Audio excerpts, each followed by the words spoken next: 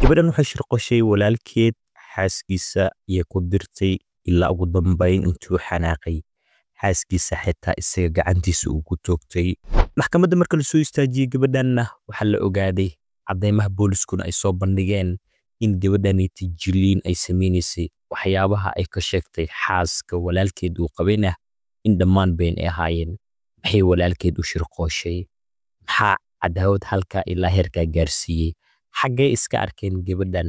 iyo xaaska walaalkeed uu qabana muuqaalkan ayaan ku faaqidi doonaa intaan soo gudagelin muuqaalka markale waxaan ku xusuusinaa in muuqaalkaniiti aan lay garaysina sheer garayso haddii aad ka mid yahin bahweynta nagu xirnaa nagu soo biirto waad ku maasanta waqti ku bixinaysa daawashada muuqaalkan aan gudagalno muuqaalkeena maanta qisadan waxay ka dhacday mid ka mid ah magaalooyinka dalka Sayti Suuriya magaalada lagu magacaabo Homs halka waxaa ku noolaay gabadhan qisadii ay ku socoto oo lagu magacaabo Salma da'ahan waxay jirtay 23 sano waxay la nooleed hooyadeed iyo aabaheed Salmo waxay iska ahayd gabar wanaagsan bilowgeedii oo baari ah waalidkeedna u wanaagsan waalidkeedna xilliga Sayti waxa uu ahaa da oo xanaano maadaama uu u baahan yahay ayada yaa waxa ay ahayd qofka ku soo haray qoyska oo waalidkeed xanaaneynayay way u soo shaqaysaa gurigana way ku haysaa nolosha iyada baa markaa waalidkeed ka warqabta walaalkeed iyada ka weyn magaalo kale uu degan yahay halka ayuu ku guursaday maadaama shaqadiisuna halkaas ay ahayd isku magaalo kuma aysan nooleen iyada baa markaa waalidka gacanta ku hayso baari ah Salma maadaama xilligeedii dhalinyaronimada waqtigeedii ugu fiicnaayay ku jirtay waxa jirtay xilligaas dadka magaaladeeda kula noolaay ee guurdoonka ahay in guurar kala duwan ay u soo bandhigtaan Salma laakiin shuruud waxay kaga dhigaysay cid walba oo guur u soo doonata inay tiraahdo maadaama hadda aniga aan haayo waalidkay ma doonayo inay waalidkayga aan kala dhaqaaqno qofka xanaaneynaya ee ku haran waa aniga kaliya haddii aad igu aqbalayso oo sidan igu guursanayso diyaar yaa ahay dhihi jirtay qofkii guur ka soo dalbada inta badanna dhalinyarada guurka u soo doonata gabadhaneyti Salma waxa ay kaga tagayeen waxa ay ahayd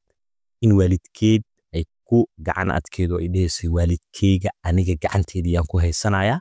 kama dhaqaaqayo oo dhalinyarada Sayti waxay marsi ka dhiganayeen maadaama nolosha bilow ay noo tahay in marka ay rabaan iyada kaliya marka in nolosha ay wadaagaan oo xitaa mararka qaar waxa dhici jirtay in Salma xitaa dadka guurdoonka ay guurka u soo doonta in ay ku dhahaan oo kale waxa adig mas'uuliyadan oo idil dusha ka saaray walaalka ayaa ka mudan oo qofka mas'uuliyadda inuu qaado loo baahan yahay waa isaga adiga gabariya tahay laakiin Salmo waxaasyo idil dhajjala kuma sii jirin dadka Sayti waxa ay dhahayaan guurka ka soo doonta waalidkeed waa ay xanaaneynayso waqti waxa geeriyooday aabaheed hooyadeed yaa ku hartay waqtigeedii wuu sii socdaa oo da'deedii guurka 24 25 26 gaartay ilaa markii dambe ee 30 xitaa kor u soo dhaaftay inta waxa ay la tacaalaysay aabaheed markii uu geeriyooday xitaa oo ku haray waa hooyadeed ugu dambeyn hooyadeed yaa geeriyootay Salman waxa la tilmaami karaa xitaa in ay kasbatay waalidkeed ducada hooy iyo aabo maadaama iyadu ay ahayd qofkii ugu dambeeyay ee waalidka noloshiisa hay u soo shaqeynayay gurigana ku daryeelay Salmo maadaama hadda soo faaruqdo waxay noqotay in kaligeed guriga marka ay ku noqoto walaalkeed isaga marka noloshiisa waxa iska ahayd in uu xaaskiisa marka iyo noloshoodu iska watay laakiin dib yaro walaalka haysatay isaga dhankiisana waa ay jirtayo dhankaas iyo dhasha iyo problem ka qabeen asiga iyo xaaskiisa dhowr isbitaal ay tageen oo kala duwan bacrimin xitaa waa ay sameeyeen laakiin maadaama ilaahay uusan u qadarin ubad ma aysan noqonin hawlahaas oo idil in ay ku guuleystaan markii waalidku uu geeriyooday Salma kaligeed ay noqotay in guriga marka ay ku soo harto waxa ay noqotay in qasab ay noqoto in walaalkeed ay la noolaato ay la midowdo waxa marka ay go'aansadeen Salma walaalkeedu marka lagu magacaabo Naaji iyo sidoo kale xaaska walaalkeed ee Amaal in hal meel ay ku wada noolaadaan qasab ay marka noqotay waayo Naaji oo ka weynaa Salmo yaa waxa uu ku dhahay ma suurtagelayso haatan wixii ka dambeeya maadaama markii hore guriga ay kula noolaayeen waalidka haatan keligaa ina halkan ku noolaato ma suurtagelayso waxaa markaa qasab ah in hal meel ku wada noolaano way aqbashay Salma noloshu sidaasay tii markaa ku socotay weli maadaama problem ay ku jira xagga city iyo dhasha oo ay isbitaale iyo xaaladii markaa city ay wajahayeen Naaji iyo Amaal lacagta uu ku shaqeeyay Naaji xogaha waxa ay markaa noqotay in aysan kaafin karin oo kale markaa ay u ekaato waxa isku dayo markaa ku dhahay xaaskiisa Naaji waxa qasabayna shaqo kale aan raadsado si markaa nolosheena aan u sii kafayno oo nolol wanaagsan aan ugu noolaano shaqo kale ayaa markaa raadinaya Amaal waxa markaa dhacday inta ninkeeda Naaji uu shaqooyinka city shaqada labaad uu baadi goobayay maadaama shaqadani koowaad mushaarka uu ku yar yahay waxa dhacday in qof ka mid ah ehelkeeda oo qadar xilliga city ku noolaay inay la hadasho ay ku tiri ninkeyga yani shaqo u rabaa nolosha halka city iga waran oo kale shaqo ma laga heli karaa markaa lagu dhahay ninka waa qaraabada la ah Amaal xilliga city waxa uu ku dhahay halkan waxa jirta shirkad aniga markaa aan ka shaqeeyo oo shaqooyinka halkan inta looga baahan yahay xisaabinta iyo maamulka iyo markaa ayaa kamid ah haddii markaa ninkaagu uu ka bixi karo waan la shaqeynayaa in shaqooyinkan inta markaan u xareeyo codsigooda haddii markaa uu soo baxana waxa markaa ay noqonaysaa in halkan inta uu yimaado Amaal dokumentiyada ninkeedii waa ay dirtay oo waxay u dirtay ninka ehelkeeda qadar ku noolaay shaqadii markaa waa loo soo helay maadaama shaqada la helay Amaal xilliga city ninkeedii Naaji waxa markaa uu sheegtay ay ku tiri shaqayan qadarkaaga soo helay oo mushaarkeedu uu wanaagsan yahay halkanna markaa waxay noqonaysaa inaad ka tagto waa ku qasbanaanaysaa maadaama caleeska ugu badan hadda aad dareemayso uu noqon doono inaad qadar halka city ku maqnaan doonto halkan waqti badan aad ka maqnaan doonto ma u dulqaadan kartaa oo qof karti lama iska dhigaysaa oo kale waayo 6 bilood waxaa laga yaabaa 2 isbuuc haddii ugu badnaato 3 isbuuc in fasax markaa ay heshiyaa dhici karto Amaal xilliga city ninkeeda Naaji sida ku dhacday Naaji waxa markaa u dhahay waan ka bixi karaaya oo mushaar wanaagsan haddii ay leedahay adiga iyo walaashiidii aan halkan intaga tagaya aniga waan baxaya halka city aan aadaya waxa markaa jirtin waxa ay ahayd Amaal iyo markaa gabadhaneyti Salmo ee ka yar Naaji markii ay isku meel horta noloshooda ay noqotay inay maadaama waalidkii xagga ay Salmo ka soo dhamaatay in guriganeyti walaalkeed u soo wareegto waxa jiray buuq ka dhex taagnaay oo marar badan ay iska qabsan jireen Salmo iyo Amaal oo walaalkeed maadaama Naaji uu jecel yahay walaashii Salma sidoo kale xaaskiisa Amaal uu jeclaay arimahooda xoogaa marar qaar waxa maadaama buuq uu ku babatay mar walba dacwo la ay taagan tahay waxa dhacday marka dambe inuu dhihi jiraba adinka markaa city isxaliyo kale oo uu ka gamban jiraba in arimahooda uu dhex galo maadaama ogaa dumarka iska qabsigoodu yar iska badnaan karo waxa markaa buuqa city waa uu jireen iska qabsan jireen waa uu baxay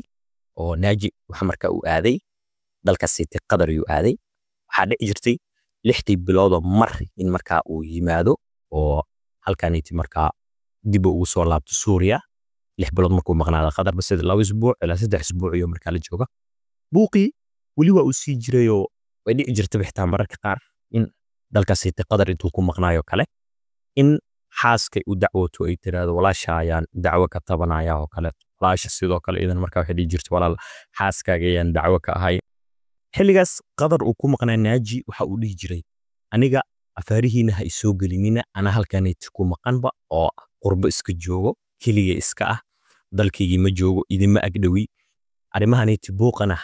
markaa ha isoo gelinino kale ama haddii aan imaado yaa markaa wixii aan ka qaban karo yaan ka sameynaya uu dhihi jiray sidaas intii markaa waxay isaga socdeen 2009kii waa waqtiga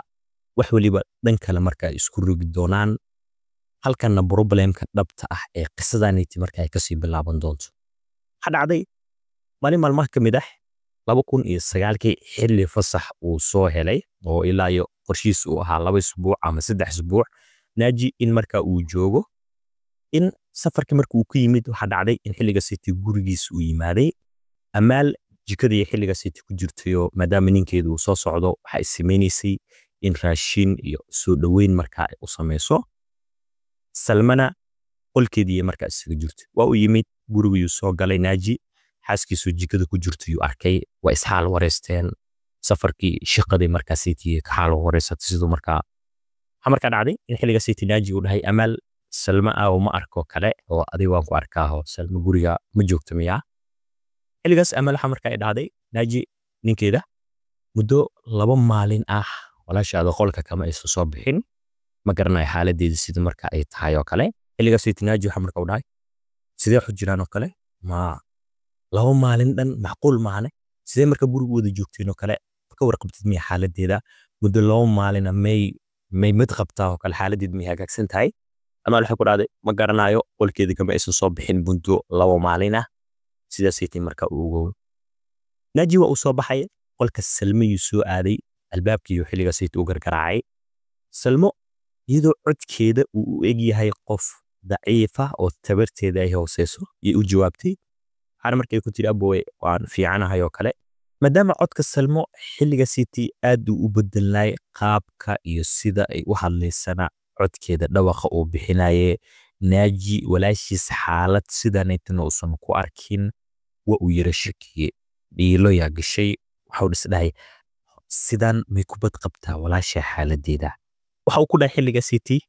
Salmo see wax jiraan oo kale muddo 2 maalin ana guriga ka soo bixin qolka yaa la ii sheegaya hatan codkaaga daciif waaye albaabka bal iga fur xaaladaadaan ogaado Salmo waxay ku tiri abuu bal adaa had safar ku imaaday iska naso dib yaan ka wada sheekeysanayna marka iska irtaax noloshaada marka iska degso laakiin Naaji waxa uu dhahay maya ma suurtagelayso walaasheeda anigoonan arkin xaaladeeda marka maadaama lagu biri qol inay ku jirto la ii sheegay codkaaga haatan daciif iyo marka uu muuqdaa albaabka iga fur Salmo is adkay maagtay xilligaas waxay ku dhimaagtay abuu maya wax weyn ma jiraan hadacday in Naaji marka ugu dambeyn intuu xanaaqay uu dhahay albaabka ma iga furaysaa soo jiminaya albaabkan iga fur hadii bad qab arabto xaaladaadina arkaya qasaba safarkaana waxa marka waa imaaday daal badan oo kale marka daalka wax iga daran adiga xaaladda marka aad ku sugan tahay waxa qasaba in xaaladaada aan arko kadib baan niyada marka ii degi kartaa ugu dambeyn Salmo albaabkii walaalkeed ka furtay xilligaas Salmo indhiheedu guduudii ahaayeen qof ilaa iyo waqti badan ooynayo kale iyo marka uu ekeed xaaladeedu marka wajigeedu waa u bedelnaa xilligaas waxa marka ku dhahay walaalkeed see wax jiraan ilaahay guduleeyihiin uu xanaaqay maxaa dhacay uu dhahay xilligaas Salmo waxay tiri abuwe xaaskaaga yaan dhibaatooyin ka tabanaya ilaa heer ay aniga canaanato ii gacan qaado kale problemkan u jeedina xaaskaaga yaan ka tabanaya dhibaatooyin dhankeeda ayaana marka jiro Naaji waxa markaas uu dhahay see wax jiraan oo kale waxay tiri marka abuwe marraba arimaha qoyskaaga inaan dhex galo Salmo xilligaas ay dhacday laakiin xaaskaaga waxaan u maleynayaa arimaha sida ay wax ku wado in adiga ceeb ay ku horseedi doonto oo xaaladaadu marka ay noqon karto in ay bedelanto laakiin ma doonayo xaaladda in marka aad aan uga sii daro walaalkeed waxa marka uu ku dhahay Salmo Naaji ii sheeg wax dhabta ay jiro ee xaaskayga aniga Amala ku aragtay maxay tahay sida aad wax u sheegayso Salmo waxbay isku diimaagtay inay qariso oo hadalka marka ay dadadabto ugu dambeyn Naaji marka waxa uu dhahay waxa qasaba ina ii sheegto waxa ay marka xaaskayga ay sameysay maadaama aad sheegayso inay ku canaanatay sababta ay ku canaanatay oo ay ku garaacday marka ujeedo maxaa ka dambeeyo Salmo waxay tiri abuwe aniga dibkanaytu waxa uu soo gaaray Amaal xaaskaaga aniga waan waaninayay waan u sheegay qaladaad ay ku jirto yaan rabay inaan ka waaniyo xilligaasna waxa marka Naaji Salmo markiiba uu ku dhahayba maxay tahay qaladaadkanaytu oo aad sheegayso in xaaskayga ay gashay Xasan ma garanaysa ay ku dhahday Salmo oo meeshaanaytu noo dhow meherada ku leh ganacsiga uu dhahay waan garanayaa waxay tiri marka Amaal waxaan arkay iyadoo la xiriirayso xaalada aan wanaagsaneyn jawi la qaadanayso Xasan marka waan waaniyay waan u sheegi maago Amaal waxaan dhigi maaga maadaama ninkaaga uu maqan yahay walaalkayga xaaladaanaytu kuma hagaagsano iska dhaaf sidaanaytu aad ku socoto wax marka mustaqbal xumayna horseedi doonaan xilligaasna way igaraacday dhacday Salma Amaal way gacan qaaday waxaan ugu tiri xitaa waxaan ku sheegi doonaa Xasan si uu ku sii dilaba noloshaada marka badbaadsa camal Naaji marka warkaas uu maqlay walaashiisa wuxuu ku dhahay ma hubtaa warkan oo aad sheegayso ma hubtaa sida wax ay u jiraan maxay tahay warkan xaqiiqadiisa ilaa intee ku kalsoonaan karaa oo kale walaashiisa marka dir Salmo abuwe warkanaytu waan ka hubaa mana lagu laabanayo aniga yaa markaas go'aanka indhahayga aan ku arkaa marqaatin ana u noqon karo xilligaas Naaji waxaa jirta in sokor uu qabay sokortiyaa ku kacday dhiiggiisu waa uu kacayba xaaladda naaji iyo idil xilligaasiti waa isbedeshay maadaama xanaaqiisana uusan kontrooli karin waxay noqotay in naaji xilligaasiti basoolad guriga u taal uu soo qaatay amaal oo jikada ku jirto iska qabaarmoogo wax iska raashinka karinayso iyo u soo galay isagoo markaa xanaaqsan oo xataa markaa si cara leh oo adag iyo la hadlaayo timaha ayuu ka soo qabtay waa uu soo jiiday maadaama xanuunka xoogaa u dulqaaday keligiisa waxa dhacday iga foqinayay maagtoo kale amaal say wax ka yihiin naaji oo kale isagoo markaa naaji waxba aanan hubsanin iyo amaal dhowr dharbaaxa markaa ku dhuftay dharbaaxadii xanuunkeeda u dulqaadan kari weyse amaal waxa dhacday in qaando xilligaas wax ay ku karinayso gacanta ay ku hayso in wejiga ay kaga dhufato naaji waa uu sii xanaaqay xilligaasiti waxa uu dhahay intaa qalad samaysay amaaley iyo haddana waxa aa sii samaynaysa aniga inaad iigu jawaabta gacan qaad wejigaaba qaanda iga dhufato soo maha waxaa dhacday in xabado madaxa uu kaga dhuftay xilligaas waxaa xabadaha ku soo baxay salmo oo ku soo carartay waxaana ay aragtay walaalkeedoo bistoolo gacanta ku haysto amaalna madaxa xabada kaga dhuftay oo dhiig badan oo ka baxay xilligaasiti salmo waa ay xanaaqdayoo maadaama sida ay wax u filanaysay si ka weyn ay wax u dhaceen waxaa dhacday in walaalkeedba ay ku canaanato maxaa samaysay sidaanayti maxay tahay aad fashay maxaa gabadho aad xabadda ugu dhufatay way ku xanaaqday naaji xilligaasaytu waxa markaa ay noqotay in xaaladiisu ay isku buuq fara badan uu sii galayba salma gargaarka degdegaya xilligaasaytu uu wacday iyo sidoo kale booliska uu wacday booliska waa ay yimaadeen waxaa dhacday in markaa amaal meesha laga qaado waa ninkaanayti naajina boolisku waa ay soo qabteen oo ay soo kaxayeen naaji xilligaasaytu waxa uu muuqday qof xilli qalqalsano aad qalqal fara badan uu kaga muuqdo hadaladiisu waa ay isdhaafsanaayeen oo kale isbitaalka yaa markaa loo diray waxaa laga helay in xilligaasiti dhiiggiisu uu kacsan yahay stroke uu ku dhacay xaaladiisu waxaa markaa ay noqotay in isbitaalka baxnaano loogu sameeyaba si xaaladiisa loo dejiyo waxaa dhacday in baaritaanka booliska ay guda galaanoo xilligaasiti wixii dhibkaanayti sida u dhacay iyo xaaladihii dhan baaritaano markaa inay ka sameeyeen u guda galaan salmayaa lasoo wacay waxaa markaa la dhahay say waxu jiraan oo kale waxaa markaa ay tilmaamtay in xaaladaanayti markaa ay xanaaq horseedeen qoliya baaritaanka xilligaasayt sameynayay salmo waxay ku celiyeen hadal ah sidee waxu jiraan muxuu yahay xanaaqanayti waxa horseeday oo kale waxaa markaa salmo ay tiri waxaa jirtay in walaalkayga safar dhowaan uu ka yimid guriga markii uu yimidna waxaa markaa jirtay in xaalado buuqa isaga iyo xaaskiisa ay ka dhexdhaceen aniga salmo waxay tiri xilligaasaytii waxaan u sheegay in walaalkayga xaaskiisa yara waxyaaba marka aan hagaagsanayn ay samaynayso sidoo kalena markaa aan waani maagayoo aniga ay canaanato i gacan qaaday walaalkaygana isagoo ka xanaaqsan waxyaabaha wala aan ku tilmaamay xaaskiisa in ay dhaqan xumo samaynaysana xilligaasaytii isagoo ka xasaasiyad ka qaaday in sharaf darro u horseediso xaaskiisa waxaa dhacday salmo in bal walaalkayga xilligaasaytii uu xanaaqayo ay xabado markaa bistoolada intuu soo qaatay xabad madaxa uu kala dhacay aniga qolkaya ku jiray dhahday xabadaha marka aan maqlana sidaasaytii aan ku soo baxay waxaa markaa qoliya baaritaanka salme xilligaasaytii ay weydiiyeen oo ay dhaheen ninka xiriirka ay la leedahay adiga ma ku aragtay oo kale waxyaabaha dhaqan xumada aad samaynayso aad sheegayso in ay xaaska amaal ay samayn jirtay naaji xaaskiisa sidee markaa aad ku xaqiijin kartaa salme waxay tiri aniga yaan arkay maalin iyo xasan oo mehrad gurigeena agtiisa ku leh yaa waxa isla joogeenba amaal waqtigay wada qaadanayeenoo jawi kale iyo meesha ku jireen waa u tegay waan arkay dhahday waan waani maagayo xitaa markaa arrimahanaytiin waxyaabaha saytiiba ka dhasheenba in amaal aniga ay canaanatay walaalkaygana canaanta saytii uu ka xanaaqay iyo waxyaabaha marka xaaskiisa aan ku tilmaamay inay samaynayso qoliya baaritaanka waa ay baxeen xasan iyo xilliga saytii u tageenoo waa ay soo xireen waxaana marka ay dhaheen arrimahanaytii yaa lagugu tuhmayaa in xaaska naaji caradanayti ku geeriyootay adiga xiriir ay kula lahayd sidee waxu jiraan oo kale xasan waxaa markaa u dhahay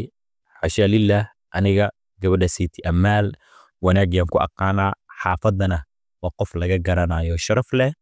waxaanayti la sheegayana aniga iyo xiriirinaa la leeyahay amaal waxaa sayti ma jiraan teedi kale marwaba waa marwo sharaf leh xiriir sidee markaa aan la yeelanayo oo kale qoliya baaritaanka waxay ku dhaheen xasanow niyo waa lagugu soo xaqiijiyey oo qof kugu markhaati furayaan bahaynaaba in amaal iyo adiga waxa idinka dhexeeyeenoo aad wada xiriiri jirteene sidee isaga baryeeli kartaa oo kale maalintaas lagugu tuhmaayo la sheegayaba in ay qofkaasayta uu idinku arkay labadiinoo wada jooga maalintaas ka waran bal xaaladaada meesha ganacsigaaga sidee ahayd meesha miyaa joogtay xagee markaa ku maqneed oo kale haddii aad ka maqneed xitaa bal meeshaas maalintaas xaaladeeda nooga waran bal yaa la dhahay waxa markaa u dhahay xasan maalintaas qof shaqaalayga ka mida yaa xanuunsanaay oo dhaawac marka uu soo gaarayba waan qaadayo isbitaalka yaan geeyey sidaasay tiye marka ahaydoo meesheeda ganacsiga maba joogin oo kale bolisku waxa markaa dhaheen sidee ku xaqiijin karnaa oo kale in markaa waxa u dhahay xasan waxaa soo weydiin kartaan meesha xarunta caafimaadka aan geeyey xasan xarunta caafimaadka uu tagay iyo booliska xilliga siita uu sheegay uu ku dhahay xarunta siita yaan geeyey ay baxeen waxa marka ay tageen booliska xarunta siita loo tilmaamo qolyaha baaritaanka sameynayay waa loo sheego waxa la dhahay xasan ha maalinta siita wuu yimid qof xanuunsan iyo waday oo dhaawac marka uu soo gaaray ilaa muddo 3 saac oo kale 4 saac waqti ku siman oo kale iyo halkaanay joogay booliska waqtiga ay gabadhaneyti Salmo in ay isku aragtay Xasan iyo Amaal ay sheegayso Xasan waxa la sheegayaa in xilliga Sayti isbitaalka uu joogo qoliya isbitaalku waxay leeyihiin halkaanay markaana la joogay cadeen waxa markaa arintaas ay u noqotay Xasan badbaadiye u noqotay in kiiskan dhinacna markaa Sayti uusan ka soo galin oo Amaal waxa markaa Sayti san kala dhexeenin waxa markaa ay noqotay maadaama Naaji oo xaaladiisa kooma ay gasho dhiigga uu aad ugu kacay isbitaalka marka la geeyana stroke xaaladiisa la tacaalay boolisku waraysan lama isan yeelan karin oo kale ma suurtagaleynin waa uun Salmo iyo ninkanay Xasan maadaama iyagu baaqi ay yihiin oo xaaladda labada Sayti qof ay ka wareysanayeen oo mar walba Xasan maadaama uu yara badbaadayo cadeyn markay u noqotay isbitaalka dadkii joogay ee maalinta Sayti uu qofku uu waday dabiibay ay shaqaalay marka warbixin booliska siiyeen amarkay noqotay in Salmo hadana booliska ay ku soo laabtaan oo ay dhahan runta wax marka aad ogtahayo intaan hadda aad noo sheegtay wax ka baxsan oo xaqiiqo ah noo sheeg hadii kale waxa marka Sayti aan sameynayna inaan ku xirno baaritaan intaan ka badanna inaan kugu sameeyno oo aan ogaha wixii marka lama huraan oo aan kaaga soo saari karno warka gudahaaga ku jiro talaabooyina inaan qaadno ya suurtagal marka noqon doonto Salmo ay baqday xilliga Sayti waxa marka ay dhahday warka xaqiiqada waa ay sheegtay waxay tiri aniga Xasan xiriir anigu igala dhaxeeyay dhahday oo Amaal xiriir kale ma dhaxeenin waxa marka dhacday in Xasan dhanka kale mar uu dhahayba inta baaritaanada lagu hayo dhahay gabadhan Salmo waxa marka ay arintan igu soo dhaxgalinaysaa waxay tahay xiriir yaa naga dhaxeeyay laakiin markii dambe xaaladeedu aan fahmi waayay waan ka gaabsaday oo farahan ka qaaday sida Sayti marka arintan Amaal inaan xiriir leeyahay kale igu soo duraysaa kiiskan igu soo diraysaa Xasan sida Sayti marka inta baaritaanada lagu hayo uu sheegay Salmo waxay tiri aniga iyo Xasan xiriir waa uu naga dhaxeeyay oo xiriirkeena waa iska hagaagsanay waxa dhacday in Amaal aysan ka helin oo kale xiriirkeena aniga iyo Xasan naga dhaxeeyo way ii digtay oo waxa markaa igu tiri walaalkaaga uu maqan yahay oo dalka dibadiisa uu jira babixidaan oo kale ma ku suurtagelayso badanaa sameynayso aniga ka mas'uula xilliga Salmo saasa la dhahaa Salmo waxay dhahday maadaama Amaal saas ay dhahday oo mar walba ay kontroleyso xaaladahayga ay ogaanayso ma jeclaysan inay dhahday mar walba waxay dhigi jirtay oo kale xaaska walaalkayga aniga yaa mas'uulka xaaladaadina ogaadan waa qasab ninkana xiriirka aad la leedahay oo aad ka agdhowdahayna ka fogow kale marka dhaqankan iyo sida marka ku socoto kuma wanaagsano waa isku buuqnay dhahday ilaa ugu dambeyn ay dhacdo xitaa in Amaal ay tiraahdo ana Xasan la hadli doono in faraha marka uu ka qaado xiriirkaaga xilligaas wixii ka dambeeyay waxay dhahday Salmo Xasan faraha uu iga qaaday hadii aan waco igama soo jawaabo koolka sidoo ii soo xiriirin jiray ima soo xiriiriyo waxaan dareemay in xiriirkeena gibi haanbu uu istaagay maadaama aan si u dareemay in Amaal markii iskeen dambeysay iska tiri in marka Xasan ay la hadli doonto si xiriirkan uu u joogsado Salmo waxay tiri xilligaas uqdad yaan u qaadayo in marka aan arimahaniti aan u maleegay oo walaalkayga yaan ku diray xaaskiisa laakiin Amaal iyo Xasan waxba inaysan ka dhaxeenin iyo boolisku cadeemaha marka Sayti ay soo xaqiiqsadeen waxa marka dhacday Naaji in koomada muddo kadib uu ka soo baxayba oo isagana marka xaaladiisu waa la wareystay wixii unbu marka dhacdooyinka in walaashiis la dhibaateeyay sidoo kale walaashiis ay ku tiri in markaa ay amaal xaaskiisa ay xiriir la leedahay xasan sidaasaytii anoo sharafteedii ilaalsanayo yaan u sameeyey in xaaskayga u toogto naaji sidaasaytii booliska markaa u sheegay boolisku waxa markaa ay dhaheen qoliya baaritaanka aniga walaashaada way kugu dirtay xaaskaaga oo wax markaa caddayn rasmiya soo baxdaba in amaal iyo xasan waxba markaa aysan ka dhexeeninoo amaal ayba badbaadinaysay salma oo ninkaas ay xasan maadaama ay isku badbateen oo ay bixi jirtay ay kontroleysay inta adiga waddanka ka maqnayd ha markaa noqotay in naaji arrinta xoogaa fini waayo kale markaa ay ku noqoto walaashii yaa baxar gelisay xaaskiisii ku dirtay oo nabtay isagana ugu dambeyn waxa markaa uu sameynay isku xanaaqaan oo intuu dhiigi ku kacay xabad madax markaa uu kaga dhuftay salmo iyo naaji maxkamad yaa la soo taagay caddaymankii idil marka la soo bandhigay qaadiyaashii maxkamadda xukumayana ay arkeen caddaymanka baaritaanada la soo bandhigay wax walba xaqiiqada in sida marka u yaalin ay arkeen gabadha amaalna la xaqiiqsaday in gardarro ay ku dhimatay maxkamadda go'aan kama dambaysa ay soo saartay xukun naaji iyo salmo waxaa lagu xukumay min 15 sano oo xabsi ah xilligaasna waxa ay ahayd inta kacdoonadanayti isbedelka aysan ka dhicin Suuriya markii kacdoonada ay dhaceen xukunka Bashar al-Assad meesha uu ka tagay waa laga yaabaa in isbedelo ay dhici karaan oo xukunkanaytina dadkan xabsiyada ay wajahayeen isbedelo marka ay ku imaan karaan qisadan sida ay kula muuqato qaybta faalada aragtidaada inoogu reeb gabadhanayta salmo waxaad ku tilmaami kartaa haddii aad ka mid tahay bahweynta janalkan ku xiran fadlan nagu taageer in muuqaalkaniti aad like gareyso sina share gareyso haddii aadan ka mid ahayna fadlan ku soo biir bahweynta halkaniti ku xiran si qisooyinka sidan oo kale aysan ku dhaafin ood ku maasan tahay waqtiga aad ku bixiso daawashada muuqaalkan muuqaalka xiga yaa noo balana